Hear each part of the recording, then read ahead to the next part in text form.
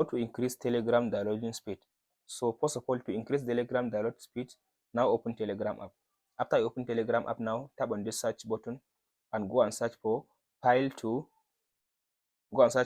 links bot. As you can see now, this one. So here is the bot. Now go and search file to links bot. This one. Open the bot like this. After you open the bot like this, now all you have to do now, go and just start the bot. After you starting the bot, now go back. Now go and find the video that you want to download or a file that you want to download. So for me, I just want to download this video, this one. So now all you have to do now, tap on this arrow to share the video to the Telegram bot or to share the file to the Telegram bot. So in this session now, go and search for the bot. Here is the bot now. So tap on this send button. So now I send the video or the file to the bot. Now go back. So now go ahead and open the bot. Now here is the bot, as you can see now. Now here is the bot. After I open the bot, as you can see now, here is the bot now. Now tap on this download button.